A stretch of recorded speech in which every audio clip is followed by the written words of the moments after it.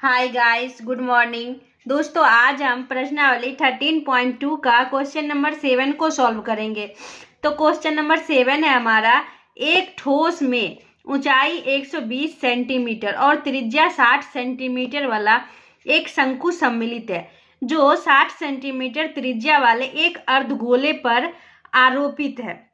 इस ठोस को पानी से भरे हुए एक लंबवृत्तीय बेलन में इस प्रकार सीधा डाल दिया जाता है कि यह बेलन की तली को स्पर्श करे। यदि बेलन की त्रिज्या 60 सेंटीमीटर है और ऊंचाई 180 सेंटीमीटर है तो बेलन में शेष बचे पानी का आयतन ज्ञात कीजिए। तो दोस्तों, इस क्वेश्चन को सॉल्व करना बहुत ही इजी है। तो चलिए दोस्तों, सबसे पहले आप एक चित्र को देखिए और उसे समझिए। तो देखिए दोस्तों, ये हमारी आकृति है। तो क्वेश्चन में हमारा दिया हुआ है, शंकु और अर्धगोला को जोड़ के एक ठोस बनाया गया है। तो हम पहले ठोस का आयतन निकालेंगे। दोस्तों हमारा क्वेश्चन में दिया हुआ है, शंकु और अर्धगोला मिलके एक ठोस बनाया गया है। तो इस ठोस को फिर बेलन में डाला गया है। पहले बेलन में पानी भरा हुआ है और उसमें एक ठोस है हमारा अर्धगोला, और शंकु को जोड़ के जो बनाया गया है ठोस, वो ठोस को बेलन में डाला जाता है और फिर बेलन में पानी भरा होता है। और पानी, कोई भी सामान अगर हम डालेंगे भरे हुए बर्तन में तो उसमें से पानी फैलेगा। तो जो पानी बच रहा है बेलन में, जो हमारा पानी बच रहा है, उसका आयतन मुझे ज्ञात करना है। तो चलिए दोस्तों, सबसे पहले हम ठोस का आयतन निकालते हैं। दिया गया है कि शंकु की ऊंचाई बराबर 120 सेंटीमीटर तथा त्रिज्या बराबर 60 सेंटीमीटर और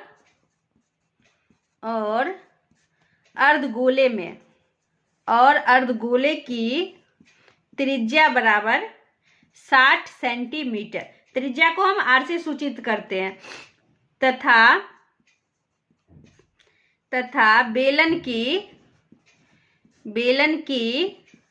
बेलन की ऊंचाई बराबर दे दिया गया है हमारा दोस्तों यहाँ पे 180 सेंटीमीटर और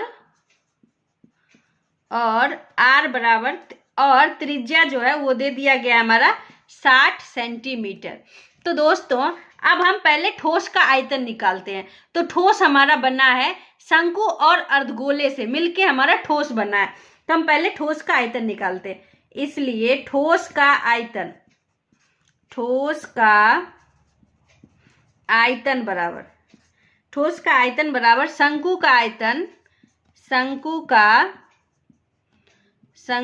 आयतन प्लस अर्धगोला का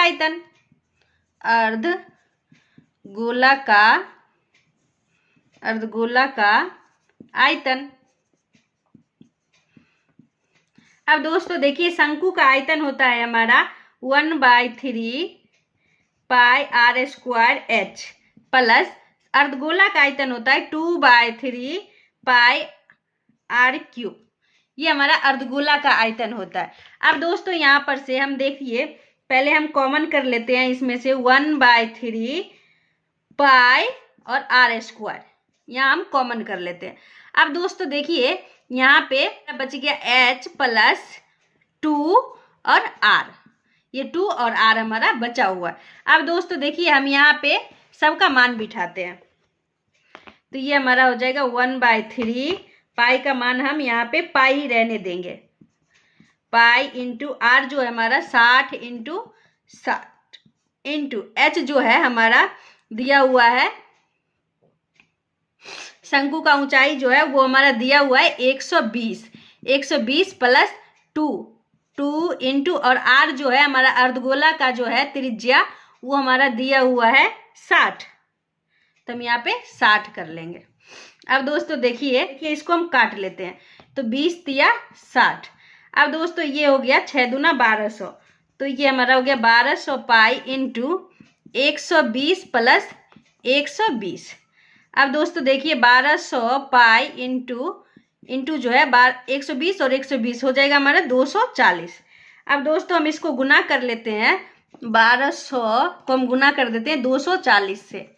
240 से 0 0 0 और 0 0 0, 4 दूना 8 और 4 इकाई 4। अब फिर हम 2 से करते हैं तो 0 0, 2 दूना 4, 2 इकाई 2। अब दोस्तों ये आ गया 0 0 0, 8 8 और ये 2, ये आ गया 288 पर 3 0, 288 पे 3 0 और पाई, ये हमारा 288 पे 3 0 पाई। अब दोस्तों देखिए हमारा ठोस का आयतन निकल चुका है, तो अब हम पहले बेलन का आयतन निकालते हैं। तो यहाँ पे लिखते हैं अब बेलन का आयतन, बेलन का आयतन, आयतन बराबर, बेलन का आयतन बराबर होता है हमारा सूत्र पाई आर स्क्वायर एच। अब यहाँ पे भी हम पाई को पाई रहने देंगे, पाई इंटू आर स्क्वायर, तो आर है हमारा 60 इंटू 60। बेलन का जो है दोस्तों, हमारा बेलन का जो है त्रिज्या वो 60 सेंटीमीटर दिया हुआ है, इंटू एच है हमारा बेलन की ऊंचाई है 180, तो हम 180 कर देंगे। अब दोस्तों देखिए 6 36, तो हम 3600 को गुना कर देंगे 180 से। अब दोस्तों 0 0 0 और 0। अब दोस्तों 0 0, 8 6 48 के 8, हाथ में 4, 8 तारीख 24, 4 28। अब दोस्तों देखिए 1 से हम गुना कर देंगे तो 0 0 और 6 और 3, ये हो गया 0 0 0, 8 8 और 8 6 14 के 4, हाथ में 1, 3 2 5, 5 1 6, तो ये आ गया हमारा 648 पे 3 0 और पाई। कह रहा है पानी का आयतन निकालने के लिए, तो पानी का आयतन दोस्तों निकालना बहुत ही इजी है। ये दोस्तों हम पानी का आयतन निकालते हैं। अब बेलन में शेष बचे पानी का आयतन बराबर बेलन का आयतन, बेलन हमारा बड़ा है, बेलन में हम डाल रहे हैं ठोस को, तो बेलन का आयतन में से बराबर बेलन का आयतन, आयतन माइनस ठोस का आयतन, माइनस ठोस का आयतन।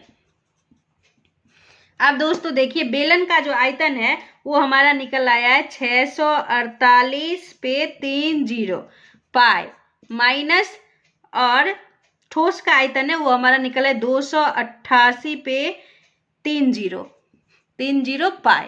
अब दोस्तों देखिए इसमें से हम पाई को कॉमन कर लेते हैं, तो पाई हमारा कॉमन हो जाएगा, ये हमारा 648 पे 3 0 माइनस 288 पे 3 0।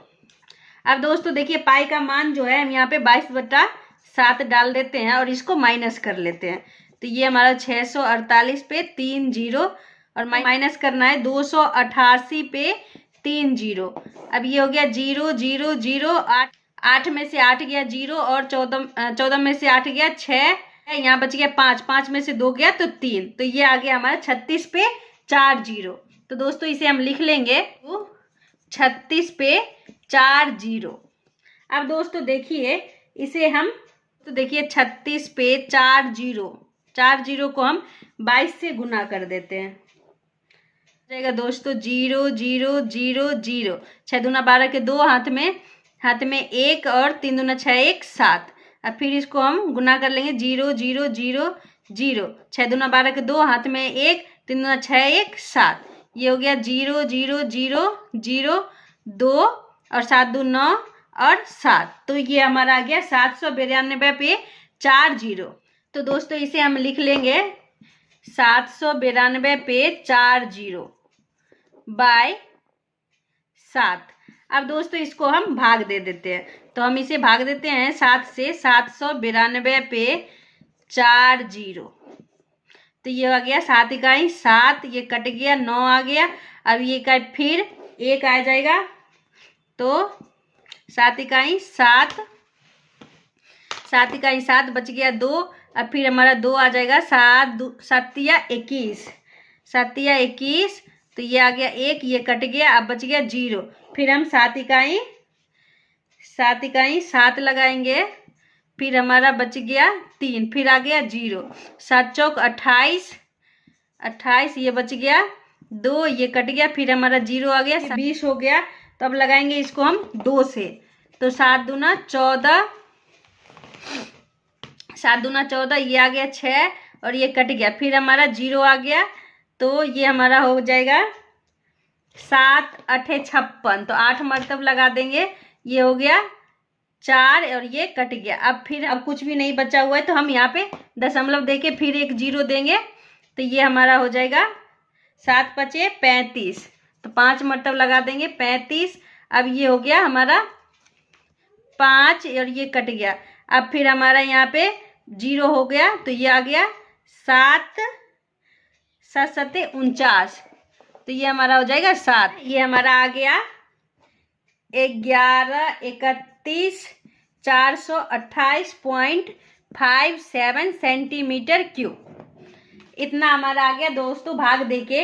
अब दोस्तों देखिए ये सेंटीमीटर क्यूब है, लेकिन हमारा आंसर जो है वो मीटर क्यूब में है, तो हम इसे मीटर क्यूब में बदल लेंगे। तो सेंटीमीटर क्यूब को मीटर में बदलने के लिए दोस्तों, मीटर क्यूब में बदलने के लिए हम सेंटीमीटर को मीटर में बदलने के लिए दोस्तों हम 10 पे 6 शून्य से भाग दे देंगे। तो हम यहाँ पे 6 शून्य से भाग दे देते हैं, हो जाएगा 1131,428.57। अब इसको हम भाग दे देंगे दोस्तों 6 शून्य से, 2 4 6। दोस्तों ये हमारा होता है सेंटीमीटर क्यूब। अब दोस्तों देखिए 100 सेंटीमीटर बराबर होता है, 100 सेंटीमीटर बराबर होता है 1 मीटर, इसलिए अब ये क्यू है तो ये 3 बार है, 3 बार है 100 गुने 100 गुने 100, तो इसको ये जो हमारा हो जाएगा 10 पर पावर 6। तो 10 पर पावर 6 के लिए दोस्तों हम यहाँ पे 10 पर पावर 6 से हम भाग दे देंगे।